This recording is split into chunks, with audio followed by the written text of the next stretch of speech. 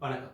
மீன ராசிக்கான ஜூன் மாத பலன்களை இந்த வீடியோவிலே பார்க்கலாம். மீன ராசி அன்பர்களே, உங்களுடைய ராசி தான். ராசிக்கு 1, 2, 3ஆம் இடம் வலுத்திருக்கிறது. 3ஆம் இடத்துல தான் சூரியன் இருக்காரு. அதன் பிறகு 4ஆம் இடத்துக்கு போறார். ஏன்னா இது வைகாசி ஆனி மாத பலன்கள். வைகாசி 19 ஆனி 16. ரெண்டாவது அந்த 3ஆம் இடத்துல சமீபத்தில் குரு பயிற்சி ஆகி வந்தார். அவரோடு இப்போ மொத்தம் சேர்ந்து 4 கிரகங்கள் இருக்கிறது. அதனால இதை கொண்டும் இதில் பச்சை கலரில் இருக்க கிரகங்கள்லாம் மாறப்போது, சிகப்பு நிற கிரகங்கள் அங்கேயே இருக்க போகின்றது. இந்த மாறக்கூடிய கிரகங்கள் மாறி வந்து இடத்திலிருந்து தரக்கூடிய பலனை கொண்டும் இந்த மாதத்தை பார்க்கும்போது உங்களுக்கு நியூட்ரல், பரவாயில்லை. 50% வந்து நேரடியாகவே பலன் இருக்குது. கூடுதலாக 25% பலன்களை பெற்று 75% பலனை அடையிறதுக்கு வழிமுறையை சொல்கிறேன். கடைசி இருக்கக்கூடிய 25% பிரச்சனை வராமல் இருக்கிறதுக்கு எதை செய்யக்கூடாதுன்றதை சொல்கிறேன். அதான் மாத பலன். சரியா? இதுலேருந்து என்ன கிடைக்கும், என்ன நடக்கும், எதை செய்யக்கூடாது, எதை செய்யணும், இதுதான் நான் உங்களுக்கு சொல்ல போகிறோம். அதான் பலனாக இருக்கிறது. இதை சொல்கிறதுனால எதுவும் மாறிடாது, கேட்கறதுனால எதுவும் மாறிடாது. டோட்டலாக சேஞ்ச் ஆகாது. பிரச்சனையை கொஞ்சம் குறைச்சிக்கலாம், நல்லது கொஞ்சம் கூடப்படுத்திக்கலாம். அவ்வளோதான் சார். இது வந்து ஒரு முன்னறிவிப்பு போல தான் உங்களுக்கு வந்து இந்த மாதம் இப்படி இருக்க போகிறதுன்னு சொல்லக்கூடிய ஒரு வழிகாட்டுதல் போல தான். இதை செய்யாத அப்படின்னு சொல்லக்கூடிய அனுபவஸ்தர்கள் சொல்லுவாங்க இல்லையா பொதுவாக, அது போல இங்கே ஜோதிடம் இந்த கலை வந்து உங்களுக்கு சொல்கிறது. அவ்வளோதான். ஸோ இந்த மாதத்தில் 3ஆம் இடம் வலுத்து இருக்கிறது. ஸோ நீங்கள் இந்த மாதம் முழுக்க உற்சாகமாக தன்னம்பிக்கையாக இருப்பீங்க. நல்ல தைரியம் இருக்கும். நேர்மறை எண்ணங்கள் உங்கள் இடத்துல இருக்கும். அதாவது வெற்றி பெறணும், நம்மளால முடியும், சாதிக்கணும், ஜெயிக்க முடியும் அப்படின்ற மாதிரியான எண்ணம் உங்களுக்கு இருக்கும். ஏன்னா 3ஆம் இடம் இதை தான் தரும். 3ஆம் இடம் தைரியஸ்தானம், வீரியஸ்தானம். அதுதான் உங்களுக்கு வந்து சொல்றது. சகோதர ஸ்தானம் சொல்லுவாங்க. சகோதரனை விட தம்பி உடையான் படைக்கு அஞ்சான்னு சொல்லுவாங்க. ஸோ அந்த 3ஆம் இடம் வந்து ஒருத்தருக்கு தைரியத்தை கொடுக்கும். காலபுருஷ தத்துவத்தின்படி பார்க்கும்போது 3ஆம் இடத்துல புதன் வந்து ஆட்சி பெறக்கூடியவராக இருப்பார். அப்போ புதன் அவருக்கு புத்தியையோ கல்வியையோ கொடுத்துட்டாருன்னா அப்போ கற்றோருக்கு சென்ற விடமெல்லாம் சிறப்பு, புத்திமான் பலவான்னு சொல்றாங்க. அதை தான் இந்த இடத்துல சொல்றது. ஸோ சமயோச்சித்தம், சாமர்த்தியம், தன்னம்பிக்கை, தைரியம் இதெல்லாம் உங்களுக்கு இந்த மாதத்துல இருக்கும். அதனால நீங்க பலனை பெறுவீங்க. இதை பயன்படுத்தி கொண்டா பலனை பெறுவீங்க. அப்புறம் இந்த 3ஆம் இடத்துல ஒவ்வொரு கிரகமா பார்க்கும்போது குரு பயிற்சி பலனை பார்த்துட்டோம். இப்போ சூரியன் வர, சூரியன் 3ல இருக்கிறது நல்லது. அதனால உங்களுக்கு பலன் கிடைக்கும். அப்போ நல்ல தைரியம் இருக்கும். அதாவது தைரியத்திலே வந்து குருட்டு தைரியம், தவறான தீய விஷயங்கள் பண்றதுக்கான தைரியம் சில பேருக்கு வரும். அது கிடையாது.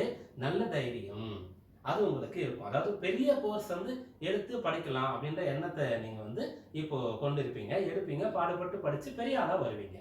அது கூட உத்தியோகத்துல கூட ஒரு பொறுப்பு கொடுத்தா ஏற்றுக்கொள்ள முடியும். பிசினஸ்ல ஒரு வாய்ப்பு வந்தா பயன்படுத்தி கொள்ள முடியும். ஆனா ராசியில ராகு இருக்கிறதுனால ஆசையில மட்டும் எதையும் எடுத்துடக்கூடாது.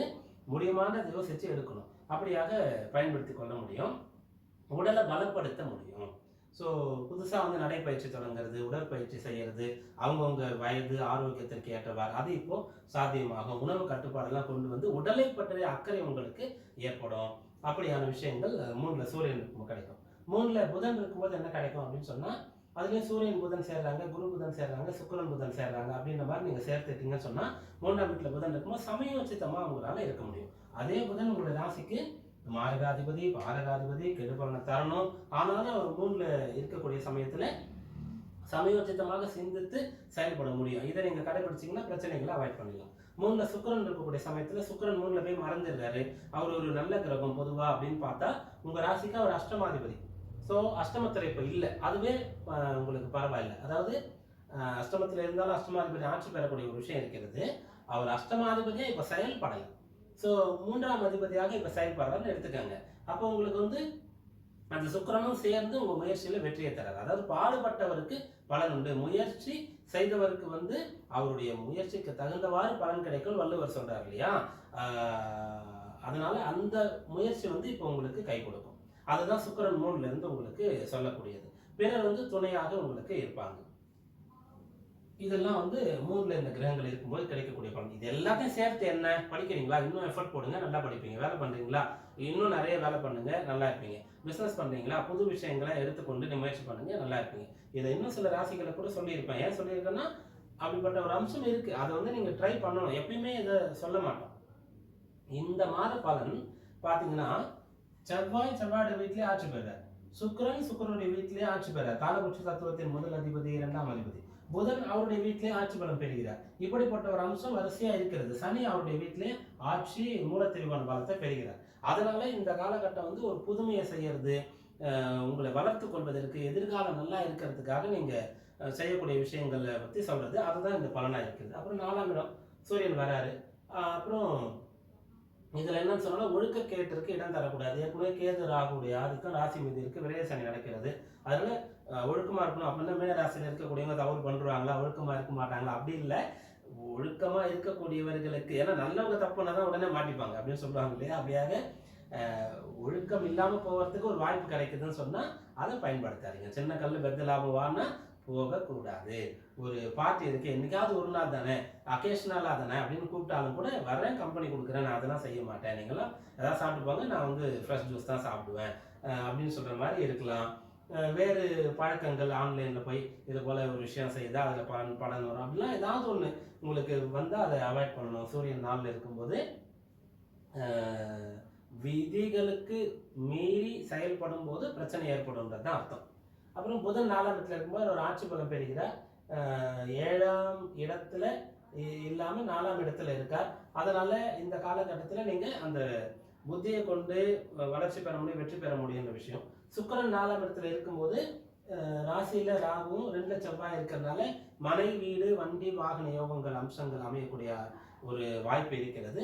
அதுக்கான முயற்சி செய்யுங்க, அது கிடைக்கும் போது பயன்படுத்தி கொள்ளுங்க. இதுதான். அப்புறம் செவ்வாய் வந்து தன பாக்கியாதிபதி, மாசம் முழுக்க தனஸ்தானத்தில் இருக்கார். ஸோ பணம் வந்து படிப்பீங்க, பணம் வந்து தொழிலில் முதலீடு பண்ண முடியும், அதில் வளர்க்க முடியும். பணம் வந்து மனை, வீடு, வண்டி, வாகன சம்பந்தமான விஷயங்களை செய்வீங்க. குடும்ப நபர்கள் உங்களுக்கு துணையாக இருப்பாங்க. உங்களுடைய பேச்சு வந்து புதன் மூலமாக சமயோசிதமாக கிடைத்து உங்களுக்கு வெற்றியை தரும். ஸோ இதுதான் இந்த மாத பலன். கவனமாக இருக்க வேண்டியது ராசியில் ராகு கேது, அப்புறம் சனி வந்து விரைய சனியாக இருக்கக்கூடியது. அதனால நீங்கள் வந்து இருப்பதை விட்டு பறக்கிறத பிடிக்கிறது, பேராசை கொள்வது, தீய வழி, எதிர்மறை எண்ணங்கள், தாழ்வு மனப்பான்மை, இதுக்கெல்லாம் தான் இடம் கொடுக்காம இருக்கணும். வாழ்க்கை துணையை அனுசரித்து போகணும். இது வந்து இந்த ஆண்டுகோள்களுடைய பலனில் சொல்லிட்டேன். இருந்தாலும் இந்த 3-4 இந்த கிரகங்கள் இருக்கிறதுனால இப்போ ஒரு முறை சொல்லியிருக்கேன். ஸோ இதுதான். இப்போ நம்ம அவாய்ட் பண்ண வேண்டியதை அவாய்ட் பண்ணிட்டீங்க. இதை செய்யணுன்றதை யூஸ் பண்ணிட்டு செய்வீங்கன்னு சொல்லும்போது நீங்கள் 75% நல்ல பலனை பெற்றுடலாம், 25% கெடு பலனை தவிர்த்துக்கலாம். என்ன செய்யணும் இந்த மாதம்னா, விநாயகர் பெருமானை நீங்கள் வழிபடணும். 7 கேது இருந்து ராசியை பார்த்து கொண்டு இருக்கார். அதனால் விநாயகர் வழிபாடு. 2 செவ்வாய் இருக்கார், விநாயகர் முருகனையும் சேர்த்து வழிபடலாம். அதை செய்யும்போது சங்கடகர சதுர்த்தி அன்றைக்கு அபிஷேகம் பண்ணுறதோ, டெய்லி காலையில் பிள்ளையாரை பார்க்குறதோ, முடியும் போது பிள்ளையாருக்கு அருகம்புல் மாலை சாத்துறதோ, சதுர் தேங்காய் போடுறதோ, தேங்காய் மாலை சாத்துறதோ, ஏதோ ஒன்று பண்ணுங்க. பிள்ளையார் வழிபாடு செய்யுங்க. இந்த மாதம் நல்லாயிருக்கும். வாழ்த்துக்கள். நன்றி.